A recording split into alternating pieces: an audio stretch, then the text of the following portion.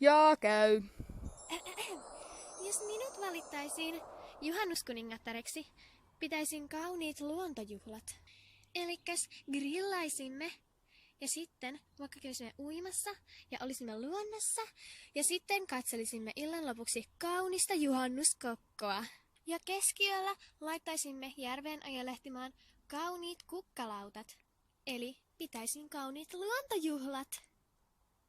Kukkateemalla. Äänestä siis minua. Mä saisin pitää juhlat.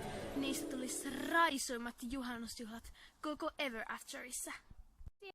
Siellä olisi vaan parasta musaa, paras DJ, parhaat diskovalat ja parhaat koristeet.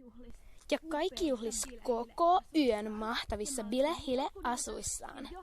Ja niihin tulisi niin paljon glitteriä kuin mahdollista. Hei kaikki!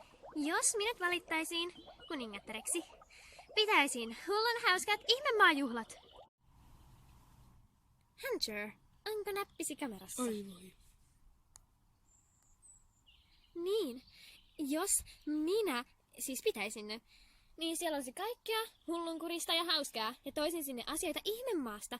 Siellä saattaisi olla sininen kokko, jos vain mahdollista, mutta vaaleanpunainen olisi myös tosi kiva.